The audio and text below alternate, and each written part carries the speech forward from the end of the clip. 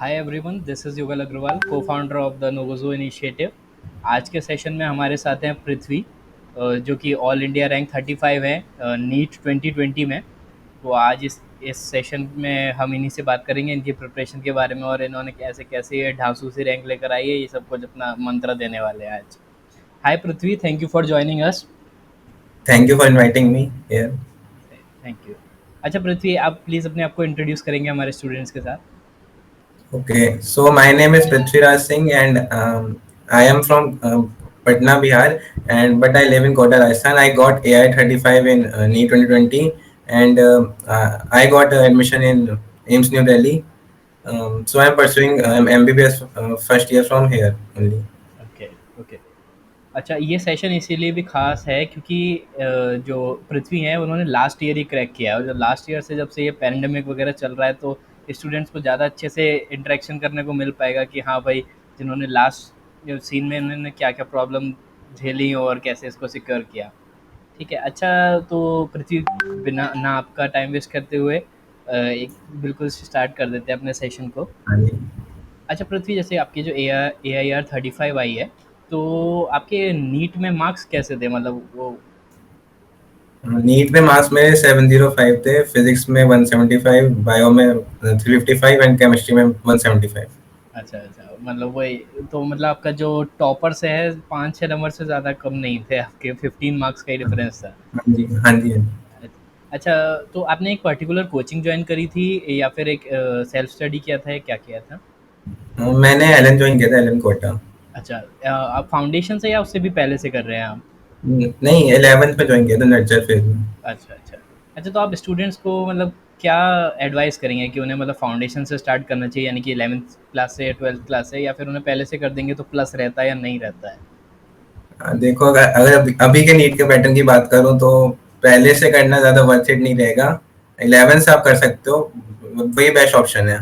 अगर मान लो आप 10 से स्टार्ट करोगे, 10 से भी कर सकते हो, लेकिन उससे पहले से अगर आप करने लग गए तो फिर वो मतलब आप पढ़ लोगे उसको पहले ही, लेकिन जब 11 में पढ़ा जाएगा तो आपको इंटरेस्ट नहीं रहेगा।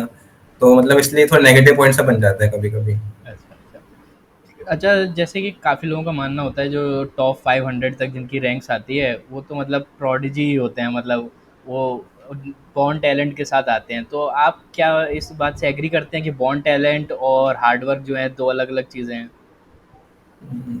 अलग अलग, हाँ, अलग अलग कह सकते हैं। It is not the same, मतलब कुछ होते हैं जो बॉर्न टैलेंट होते हैं, उनकी बात अलग है, लेकिन कुछ हार्डवर्क से आते हैं, ज्यादातर हार्डवर्क वाले ही होते हैं। बॉर्न टैलेंट वाले कुछ ही होते हैं, जैसे शोएब अख्तर है फर्स्ट रैंक, वो भी हार्डवर्क से ही उसने अचीव किया वो रैंक अपनी। बिल्कुल। और जैसे मेरा खुद का मानना यही है कि टैलेंट आपका है या फिर वो बॉर्न टैलेंट जो है तभी बनता है जब आपने शुरुआत से ही हार्ड वर्क किया हुआ है। ऐसा तो हाँ है जी। नहीं 1 साल का हाँ। बच्चा तो नीट देगा नहीं, वो बॉर्न टैलेंट ज़रूर कह सकते हैं। हाँ। अच्छा पृथ्वी, जैसे लास्ट ईयर जब आपने एग्ज़ाम दिया था, तो आपका जो है कितना टाइम ऑफ प्रिपरेशन जो था वो ऑनलाइन रहा था? मतलब पैंडेमिक आई गेस मार्च से स्टार्ट हो गया था, तो आपकी प्रिपरेशन हॉल्ट तो शायद फ़ेब से ही हो गई थी। तो मतलब कितना टाइम आपने ऑनलाइन प्रिपरेशन की थी अपनी जर्नी में? ऑनलाइन मेरा नहीं था, मतलब हमारा सिलेबस जैन में खत्म हो गया था। ओके। तो फिर पेपर्स हो रहे थे ऑफलाइन, फिर फेब में बोर्ड्स थे। तो उसके बाद मार्च मार्च 18 था कुछ, तब से ऑनलाइन पेपर स्टार्ट होने लग गए। तो ऑनलाइन पेपर्स मतलब वो वाली फीलिंग नहीं आती थी ऑफलाइन पेपर्स वाली। हाँ। तो बस वही दिक्कत थी, बाकी क्लासेस तो पहले से खत्म हो रखी थी, तो बस सेल्फ स्टडी था उसके बाद। अच्छा, अच्छा। अच्छा, तो ऑनलाइन और ऑफ़लाइन में मतलब आपका क्या वो रहा, एक्सपीरियंस क्या रहा कि मतलब जब जैसे बाद में भी आपने रिवीजन तो किया ही होगा टेस्ट के साथ-साथ, तो रिवीजन के लिए मतलब आपने अपने ऑफ़लाइन मटीरियल को ही प्रेफ़र किया या फिर आपने कुछ ऑनलाइन आपकी कोचिंग की तरफ से या यूट्यूब या कहीं और अपने लेक्चर्स देखना का सोचा? लेक्चर्स मैंने फिर कभी अटेंड नहीं किए, एक बार क्लास खत्म होने के बाद ऑफलाइन ही मैंने यूज किया जाता, मतलब टेस्ट भी होते थे ऑनलाइन, तो मैं उसको प्रिंट निकाल के ऑफलाइन ही देता था। मेरे हिसाब ओके, से ऑफलाइन ही बेस्ट है। ओके। और वैसे नीट जो है पेन पेपर बेस्ड भी है। हाँ, पेन पेपर बेस्ड पीएच हाँ, लेवल। हाँ। तो वही ऑफ़लाइन में। अच्छा पृथ्वी, जैसे कि एग्ज़ाम्स के लिए जब कोई स्टूडेंट जाता है तो उसके मन में बड़ा वो सवाल रहता है कि भाई पहले मेरे को फिज़िक्स अटेम्प्ट करना चाहिए, केमिस्ट्री अटेम्प्ट करना चाहिए, बायो अटेम्प्ट करना चाहिए। तो आपकी क्या स्ट्रैटेजी थी और आपने उससे आप बच्चों को क्या बोलेंगे कि आपकी जो स्ट्रैटेजी थी अब वही अप्लाई करनी चाहिए, या फिर क्या आप एडवाइस करेंगे अटेम्प्ट के बेसिस पर?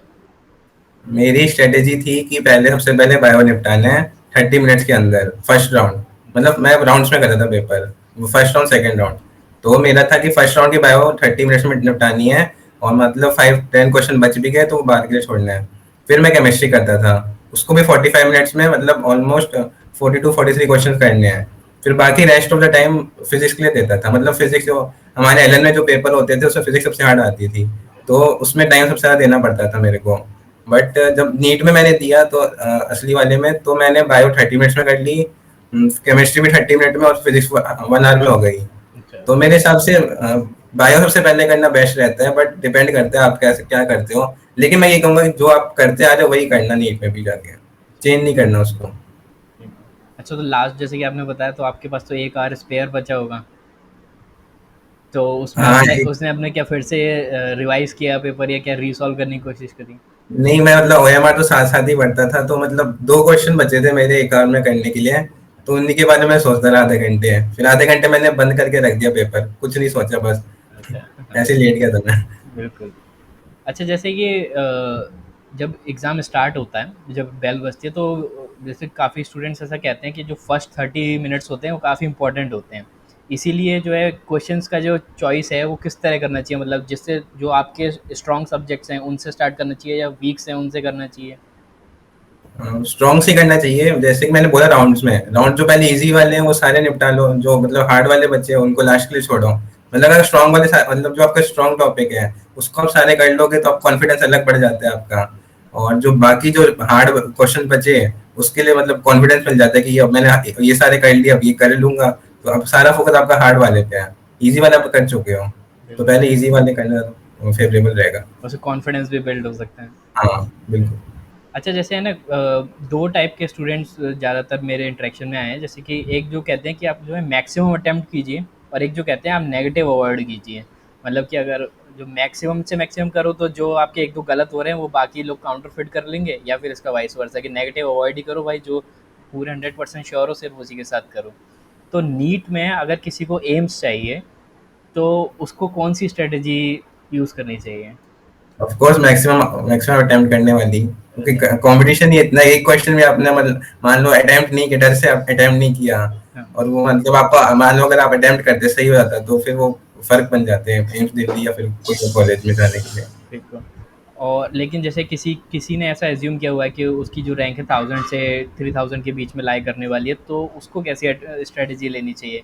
क्योंकि उसके उसको तो फिर हाँ, मैक्सिमम एक्यूरेसी वाली स्ट्रेटेजी बेस्ट रहेगी उसके लिए। हाँ। तो ये मतलब स्टूडेंट्स को अपने बारे में पता होना चाहिए कि हाँ भाई, हाँ वो जी। क्या उनकी कैपेबिलिटीज़ हैं, या जो प्रीवियस टेस्ट है उनमें क्या आया है उनका। हम्म। अच्छा पृथ्वी, ये क्वेश्चन पूछना तो शायद जले पे नमक हो, कि आपकी कॉलेज लाइफ कैसी चल रही है?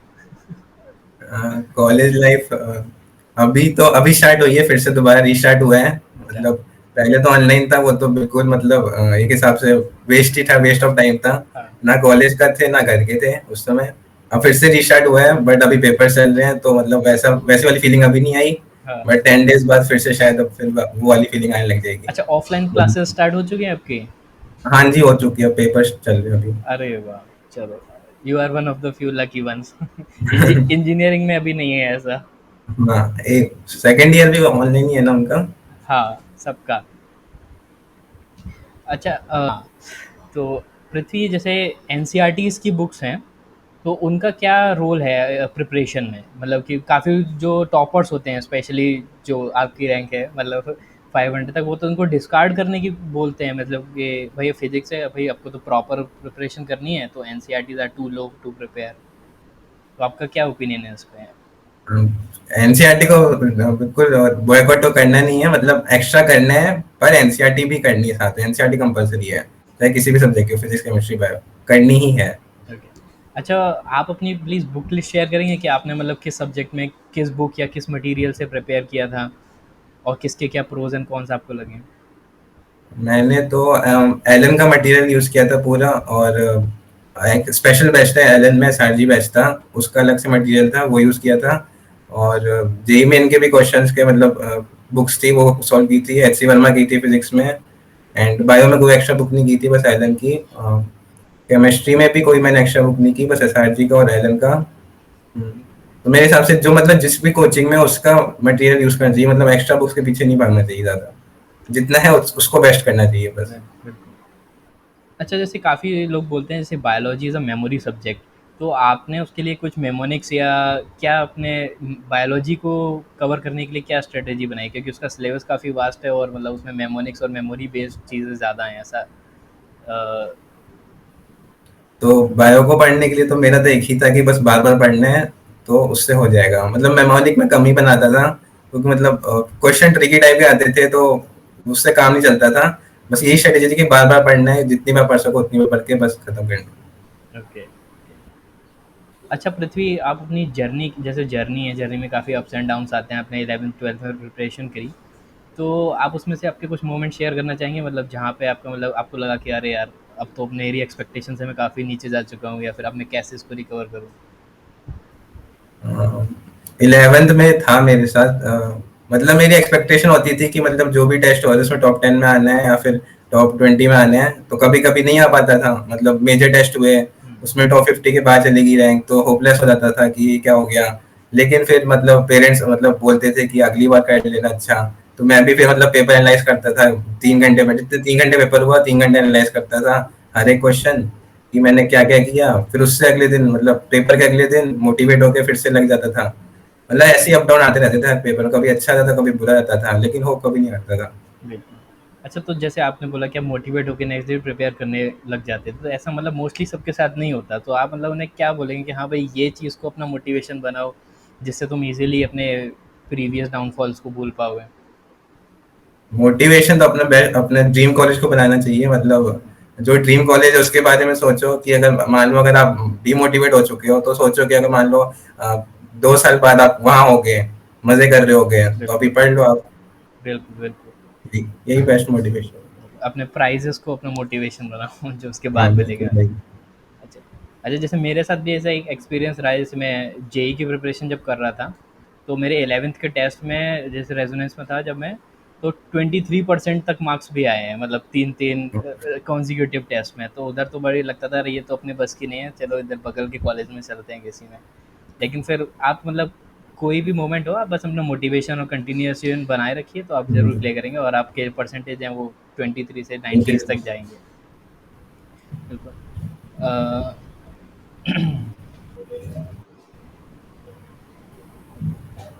अच्छा पृथ्वी, मैंने देखा था आपने कोरा पे अपना एक आंसर शेयर करा था अभी रिसेंट ही, कि जैसे आपने बोला था कि आपका लास्ट नीट का आंसर होगा, ठीक है? तो हाँ, उसको आप मतलब वो आपकी जर्नी के ऊपर था कि आपसे क्या है, तो उसको आप ब्रीफ करेंगे? मैंने उसमें मतलब यही बताया था कि मैंने 11th में कैसे स्टार्ट किया, कैसे पेपर दिया, मेरा एसआरजी बैच में जाना मेरे लिए मतलब एक टाइप का गेम चेंजर टाइप का था। क्योंकि मतलब उससे मेरे को फिजिक्स से प्यार हो गया था। एसआरजी बैच में जो फिजिक्स के पेपर आते थे, उसको सॉल्व करना, फिजिक्स में मेरे को प्यार हो गया था बिल्कुल। तो फिजिक्स में फेवरेट सब्जेक्ट बन चुका था, तो उसी के लिए मतलब फिजिक्स के लिए मैं इधर उधर जा मतलब कोई भी क्वेश्चन करता रहता था, ताकि फिजिक्स स्ट्रांग होती रहे। और मैंने इसमें वो भी बताया, उस क्वेश्चन में ये भी बताया था कि जैसे मेरा कभी कम नंबर आ गए या फिर मेरे एक्सपेक्टेशन के बराबर नहीं आए, तो वही अपनी गलती सीख के आगे बढ़ा, और एंड तक बस लगा रहा, और हो गया, बिल्कुल। रिजल्ट मिल गया। बिल्कुल सही, और इसीलिए आप अभी आज एम्स में हैं, one of the top college of medical. अच्छा पृथ्वी, वैसे मेरी क्वेश्चन लिस्ट तो ऑलमोस्ट पूरी हो चुकी है।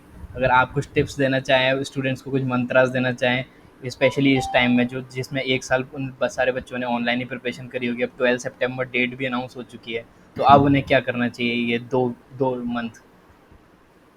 जो अभी देने वाले नीट, उनको तो मैं ये बोलूंगा कि जैसे ये वाला मंथ है, वन लास्ट सेकंड मंथ, उसमें जितना ज़्यादा प्रैक्टिस कर सको उतना कर लो, क्योंकि लास्ट जो मंथ है वो सिर्फ रिवीजन के लिए रखना है। उसमें आप ज़्यादा प्रैक्टिस नहीं कर सकते, मतलब आपका मन ही नहीं करेगा करने का, और वैलिड भी नहीं करना, क्योंकि जब तक आप सिलेबस कंप्लीट नहीं करो तब आप नीट नहीं दे पाओगे, प्रैक्टिस करने का मतलब नहीं है। तो जो भी लास्ट सेकंड मंथ जो ये वाला मंथ है, इसको पूरा मतलब जितने क्वेश्चन कर सकते हो उतना कर लो, इससे कॉन्फिडेंस भी बढ़ेगा। और ये नहीं कि सिलेबस खत्म नहीं हुआ तो क्वेश्चन नहीं नहीं कर सकता मैं। क्वेश्चन करो, चाहे सिलेबस खत्म हुआ हो या ना हुआ हो, वो बात की बात है। मतलब क्वेश्चन क्वेश्चन करने से ही सीखोगे नई चीजें, बिल्कुल, इसीलिए। बिल्कुल।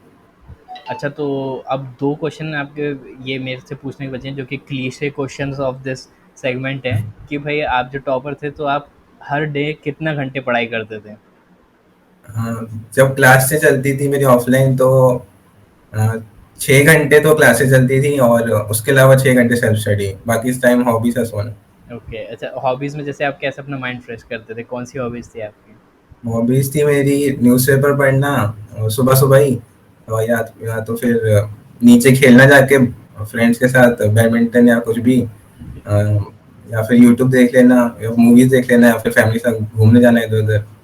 बिल्कुल सही। अच्छा, और सेकंड क्लीशे क्वेश्चन, क्या आपने सोशल मीडिया को त्याग दिया था? यूट्यूब नहीं त्यागा था और कोरा नहीं त्यागा था, बाकी सब त्यागा हुआ था। Okay. Okay Prithvi, thank you for joining with us.